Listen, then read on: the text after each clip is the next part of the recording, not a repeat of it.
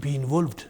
I would urge Cabinet Secretary Kipchumba Murkomen have his committee meetings on the ground. Without him, he has tried now Chugwa.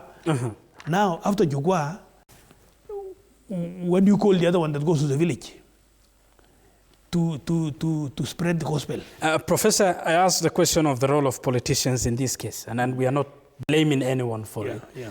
But these are some of the most remote of places, the poorest of villages, for instance, where people will literally be in a hunger mode, but there are arms there. What we need to do is the government to do their duty as a government. What is the government supposed to do? To protect the lives of the people, to protect their property, and to protect the boundaries of the country. What does that mean? It means using all means, not necessarily force alone. What we did approached in West Pokot when I was governor, we decided with the county commissioner and all the security system, using this, my approach of bringing goats and cows. We dished some of them. You bring your guns, and then we uprooted everything until it became quiet and silent. When you win the hearts of the wives of these criminals and their children by showing a better way of life. Fair enough. Finally, the guys will be born again. Some of them will give up in the middle. Some of them will even mad to become security guards. Fair enough, Governor. Because of the former governor, because of the interest of time, let me make reference to perhaps one thing that stood out as more or less of a scandal during your tenure as the governor. This was reference to a maize scandal. In this case, the 7 who were accused were acquitted by the court. But when you were asked why you did not use the procurement requirements, you said this was an attempt to avert hunger in reference to 18 million shillings spent in purchasing maize. Kenyans never understood the whole thing about this. In a nutshell, do you remember that when President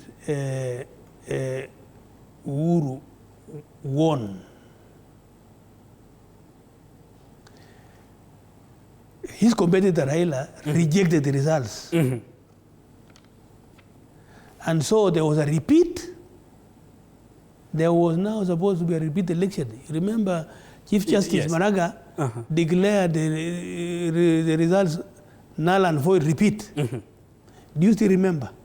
Do Kenyans still remember? Now, me, I just been elected as the governor of West Pokot, an area that is full of hunger and cat rustling and everything, recalling what we went through when I was a PS, when there was post-election violence, immediately and Kenyans killed one another and death was there. That's when we called the cabinet West Pokot County, together with the County Assembly of West Pokot, and the law allows us to declare and take charge and buy food and store in the cereal, which we did procedurally. And then somebody notoriously quickly went and said, Professor has sanctioned purchase of maize from his farm. And we know when you mention something like that, ESCC is very keen, particularly where there be a lot of theft of public funds. And then that's how the maize was seized, and it became an issue for 7 wasted years. But we are grateful that it came to an end the other day, and it just ended like that. And this was in reference to the direct sourcing of 20,000 bags of white maize. Not even, you can now see. It was not even 20,000, 5,000 bags. And somebody went and said 20,000 bags and millions of money. And then, Kenya government is keen. When you hear something like that, they come. And I've asked EACC personally, when you get some character arriving in style and saying he's anonymous, this has happened, start with him first. Interrogate that character. How might you know? So, but sometimes when I ask, they say, no. Somebody has brought. I said, no. Brought what? Some of them are political rivals. They can just smear your name for the sake of it. And just for purposes of clarity for our audience, that the accused 7 were acquitted of this. They are not actively facing charge in a court of law. Completely their names, Perhaps the final question, Prof. You are now serving as the board chair, the North Rift Valley Waterworks Development Agency, appointed by President William Ruto. Yes. There is a raging debate of terms. Some say in 1, others say in 2.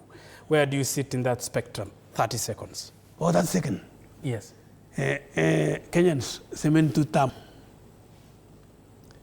Why 2-term? Because we have tested a tranquility of leadership in Kenya. Jomo Kenyatta, his years. Moi, his years. Kibaki, his years. Uhuru, his years. Now we are now finishing with William Ruto. There's no harm stabilizing our country that much. It doesn't mean that we are ruling out the others. Let them come. But Professor Lonyangapuo has examined the agenda that President Ruto has stapled, and he has done it. Not that because he has appointed me as a chair. How many people has been appointed as chairman? Yes. So personally, that is the story. 2-term is the story. The rest can come for... And you say you will be on the ballot for the gubernatorial position? I am also now going for term 2, so I'm also in the group of 2-term. Yes. But you are currently one? Yeah, I finished one, just like he's also finishing one. Anybody who has finished one is going to 2, so we are calling one another 2-term. Professor John Lonyangapuo is the former West Pokot governor, the board chairman of the North Rift Valley Waterworks Development Agency, a professor of mathematics. Thank you very much for making time for us tonight on TV47. Thank you.